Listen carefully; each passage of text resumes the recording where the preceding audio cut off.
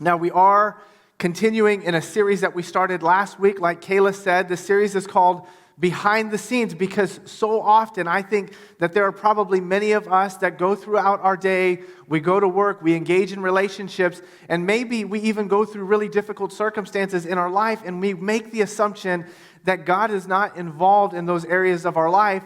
But what the Bible reminds us of is that God is constantly fighting our battles behind the scenes. And so I'm thankful that we've been able to have some of that conversation over the last few weeks. And part of why we're having this conversation is because we want maybe for all of us to begin to develop the eyes to see these moments in our life where it seems like God is not involved, but He is. He is working behind the scenes. When I was coming up in the ministry game, as I like to refer to it as, I had a friend of mine, he was a leader, and he suggested that I read a book called Winning Friends, How to Win Friends and Influence People. It was written by a guy named Dale Carnegie, and it is a classic work on interpersonal relational IQ. And basically, it teaches you just some very foundational principles on how to develop long-lasting relationships. And the premise of the book is that our relationships are the most important thing we have. And so if we can do a good job at fostering healthy relationships, it will positively impact the rest of our lives. And that wasn't really the end goal. The end goal for him was that if you have healthy relationships, not only do you have positive influences, but you also become a positive influence in other people's life. And I love that the book pointed out for me and maybe for many other people that we all want to have positive influence in people's lives. And I realize that some of you, as you hear that, may think to yourself, I am not an influencer. I'm not popular. I don't have a lot of friends. I'm an introvert. I don't even like hanging out with people. All right, there's some of you that don't like people, and that's okay too.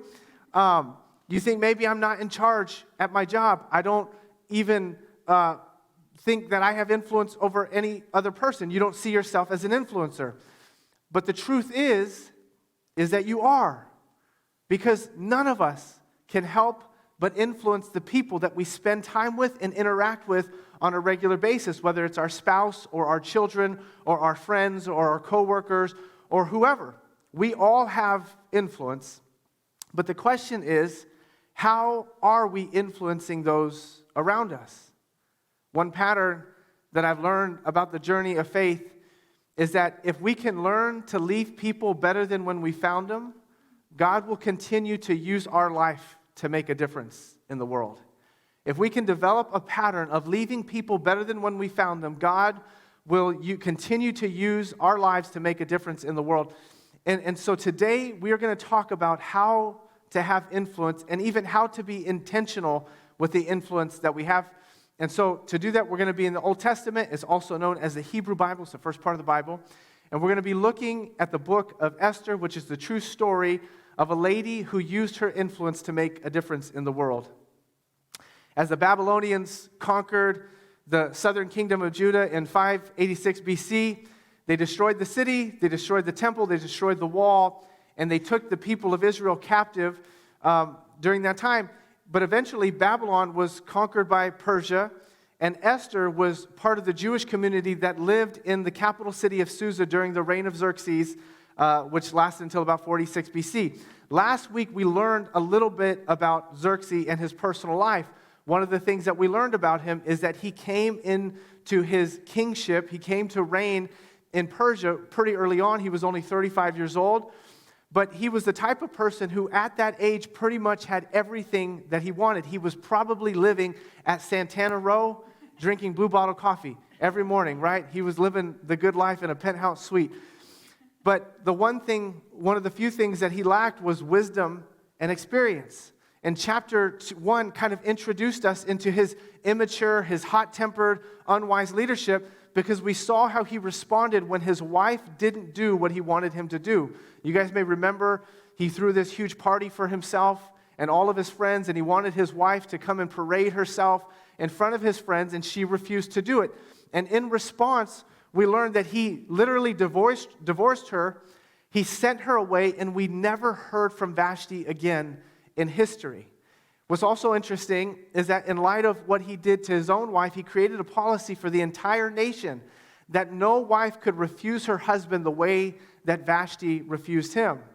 And so it's kind of crazy, right, to make sense of the culture and the environment that Esther's story is set in.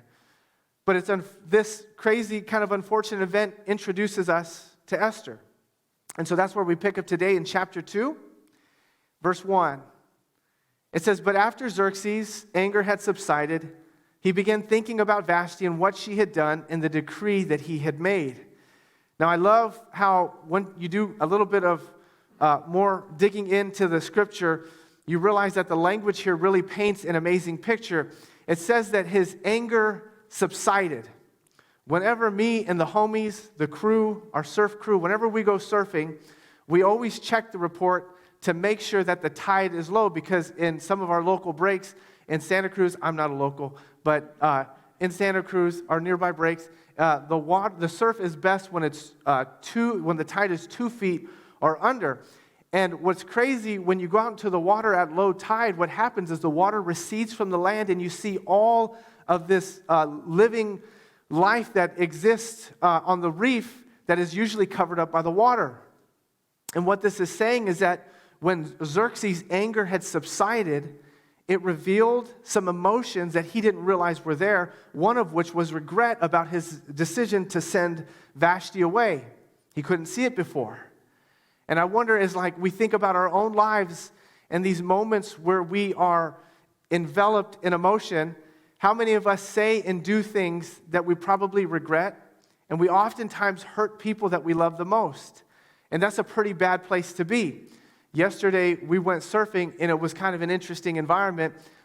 If you've ever been surfing in Santa Cruz, some spots are what you call local spots, and they can get kind of aggressive out there if you take their wave or surf on a wave that they think they should be on. And so yesterday, our surf crew, this sweet little Bible, little study that we have every Saturday at the beach, no, I'm just kidding. We had to break up a fight in the water. And this one guy was about 55 years old, and he was cussing out a younger guy. And I thought to myself, I hope that when he gets home, he regrets some of what he said. But if you've ever been in that place, you know exactly how it is, right? When you have unleashed your anger on someone, and you know that you've crossed the line, and you're living in that space of regret of the decision that you just made, that is exactly where Xerxes is at right now. He is recognizing that what he did to his wife was wrong, and he regretted it. And we know that it was painful because some of his advisors recognized the weight that he was carrying. Verse 2, it says, "So his personal attendants suggested, 'Let us search the empire to find a beautiful young virgin for the king.' And they did.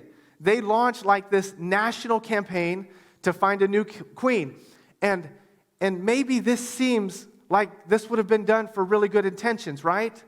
But I think the passage ends up showing us how shallow this search really was.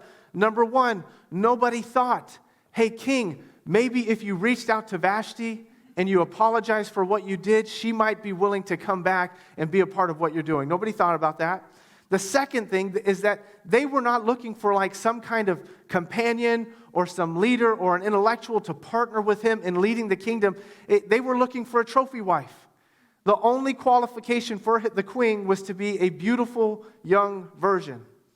And look at how the king responds. Verse 4, it says, "The advice was very appealing to the king, so he put the plan into effect." No surprise there. Verse 5, it says, "At the same time, there was a Jewish man in the fortress of Susa whose name was Mordecai, son of Jair. And he was from the tribe of Benjamin and was a descendant of Kish and Shimei. And his family had been among those with King Jehoiachin of Judah, who had been exiled from Jerusalem to Babylon by King Nebuchadnezzar. This man had a very beautiful and lovely cousin, Hadassah, who was also called Esther. When her father and mother died, Mordecai adopted her into his family and raised her as his own daughter." Verse 8, "As a result of the king's decree, Esther, along with many other young women, was brought to the king's harem at the fortress of Susa and placed in Heggai's care." They literally brought women from all over the kingdom to the king's palace. And we might be thinking, this is crazy. We would never do something like this in our own modern culture unless you have watched The Bachelor, okay?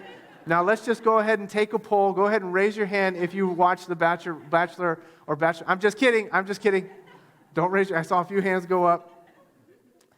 Right, but this is a picture of what it would have looked like in an ancient context. There was a mansion full of women trying to do whatever it takes to be noticed by the king. But this is the beautiful part, is that Esther wasn't about that life. And this is really where we begin to see the distinction between Esther's character and everyone else's. Because what we begin to notice is that there is this pattern emerging in her life. That no matter where she goes or what she does or what environment she's in or the people that she's around, she begins to gain influence. She gained influence in the respect of her uncle Mordecai because he thought that she had all the potential to succeed in an environment like this. We see that she gained the influence of Haggai. It says in verse 9 that Haggai was impressed with Esther and he treated her kindly. Haggai was the head of the entire operation, and so we know that he saw hundreds, maybe even thousands of women come through, but there was something unique and special about Esther that impressed him. Then in verse 15 we see that she was admired by everyone who saw her, including other women that she was in competition with. And then finally in verse 17, it says, "And the king loved Esther more than any of the other young women. He was so delighted with her that he set the royal crown on her head and declared her queen instead of Vashti." We see that this pattern of winning people over and gaining influence wherever she went was happening not just in lower levels of relationship, but also with people who had significant authority in the land. And the question is, how could this have happened? Because there is no reason why someone like Esther, from her background and her unique situation, should have ever become the queen of Persia. She didn't come from royal heritage. Theoretically, there should have only been a search among 7 families that were of noble descent in that area, and she had connection to none of them. Number 2, she didn't have any parents. Part of why these marriages stayed within royal families was for political alliances and power. And when you are an orphan, you bring none of that to the table in the marriage. Number 3, she was an immigrant. For the king to have placed a foreigner in a position of such influence would have been a huge risk, because there would have always been the question in his mind, where do her allegiances lie? So the question is, how did someone like Esther gain the type of influence that she did? Number 1, Esther was good to people, not just good with people. And there's a difference, right? We have all probably been around someone who has a lot of emotional and relational IQ. They're good with people. They know how to ask questions. They know how to engage in good conversation. But we've also probably been around those same types of people where at some point we realized that they really didn't care about what we had to say. That they were more interested in perhaps showing off their relational ability, their ability to engage in relationship, as opposed to engaging from the heart in a relationship. That's what it means to be good with people, but not necessarily to be good to people. But when we look at Esther's life, there is this pattern where we recognize that she wasn't just good with people, she was good to people. What we know about Haggai is that he was a eunuch. And a eunuch was someone who was castrated for the purpose of serving the king in a position like the one that he was in. If you're not sure what castration is, you can check it out on your iPhone. Go ahead and look it up. But what he was in charge of was getting all these beautiful women prepared for the king. And this is what we're told in Esther 2, verse 9. It says, "The girl pleased him and won his favor." Now, this little phrase that says won his favor can also be translated as gained his favor. But what this tells us is that somehow over time, her character and the way that she treated Haggai actively won him over. It wasn't like this passive response, like Haggai had some grace on Esther's situation and he decided to have favor on her. There was something about Esther that won him over, that gained his favor. I knew of a leader who, whenever he was trying to hire a candidate for his organization, he would always make sure that they hung out in the lobby a little bit longer than they needed to. And part of why he did that is because on the back end of the interview, as he sent them out of the office, he would always ask the receptionist what she thought of that candidate. Because what he wanted to know is whether or not this person would treat people the same no matter who they are or where they were at in the organization, no matter what level. And he said that he never hired someone who the receptionist didn't have a positive experience with. He always listened to her insight. And that's exactly what happened with Haggai. She was good with Haggai, and once she won his favor, he helped to position her for more influence. And I don't know about you, but sometimes I can recognize this in my own life, that there is a tendency to learn how to be good with people instead of being good to people. Because sometimes we think that if we can be good with people, we can get something from them. But over time, what I have learned is that eventually people will find you out. Because being good to people is about doing the right thing and expecting nothing in return. And because Esther had learned this trait and had the character and the personality where she was good to people, it was part of how she gained influence. Number two, she was humble. When we look at sort of the unique circumstances of Esther's life, we realize that she was being asked to do a lot of things by a lot of different people.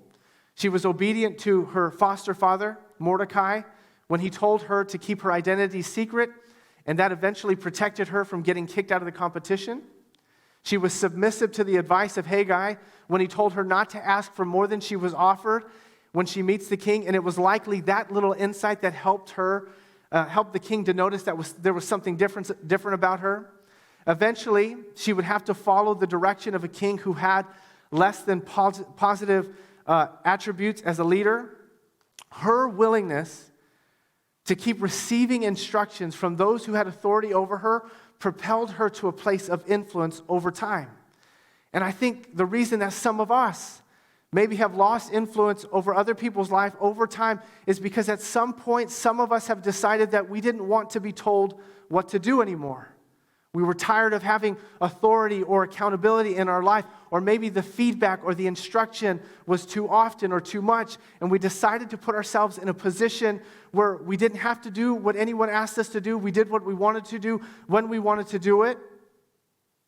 But the more isolated we became, the less accountability we had, the less growth we experienced, and the less value we became to other people and even to ourselves.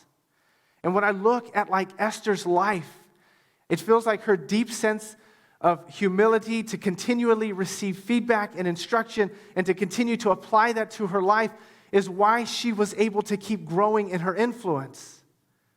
Because she was faithful with the little influence that she had, God continued to give her more. Look at what it says in Luke chapter 16, verse 10.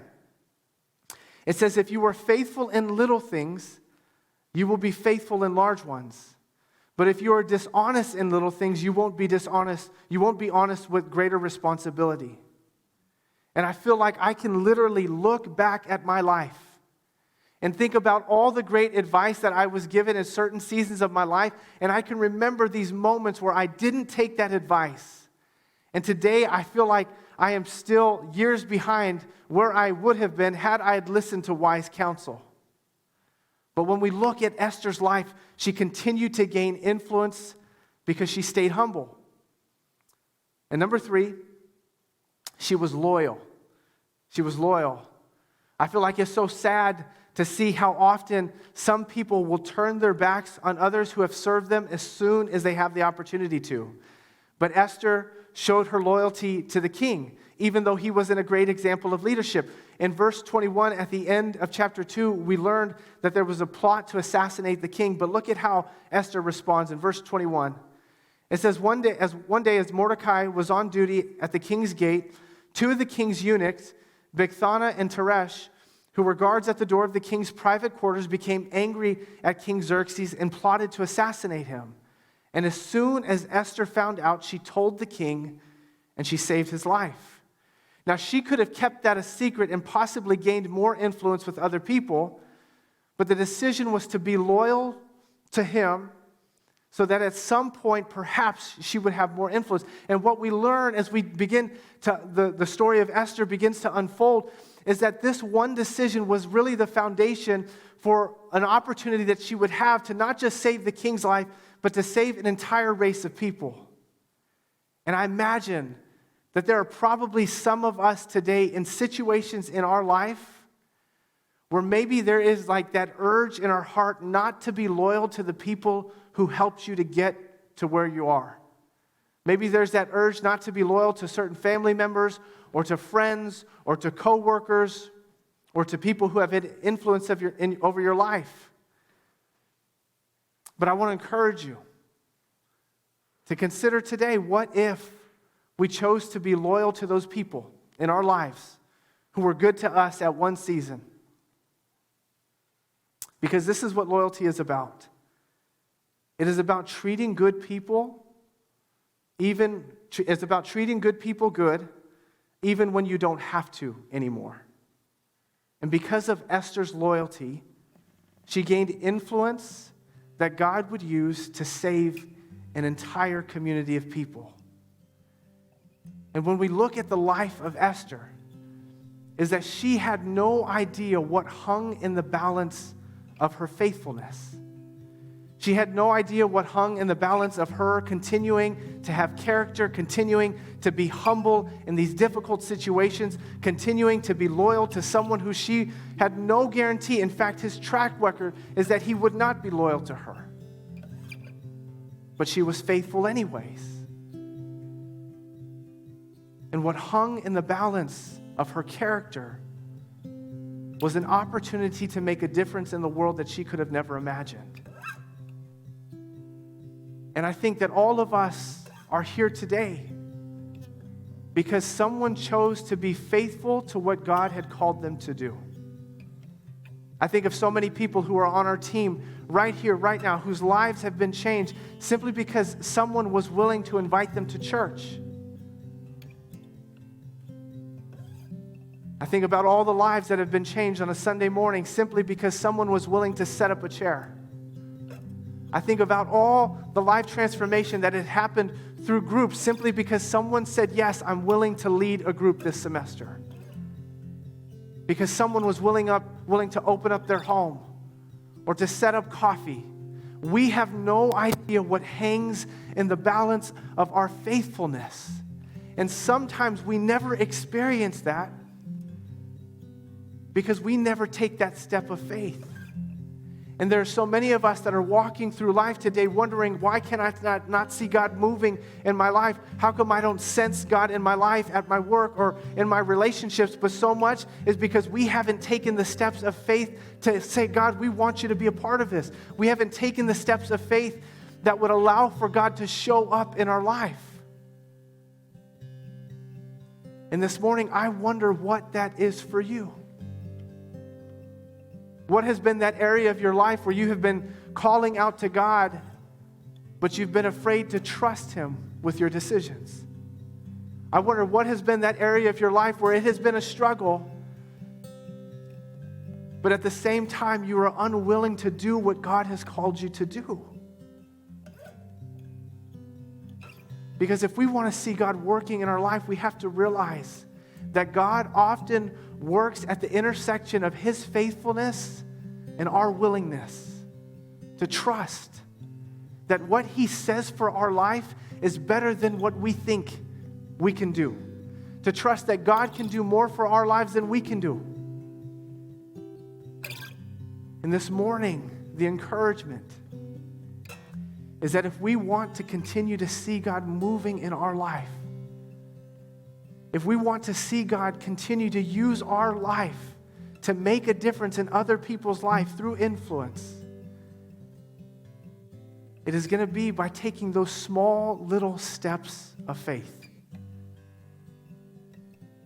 Whether it's to continue to remain humble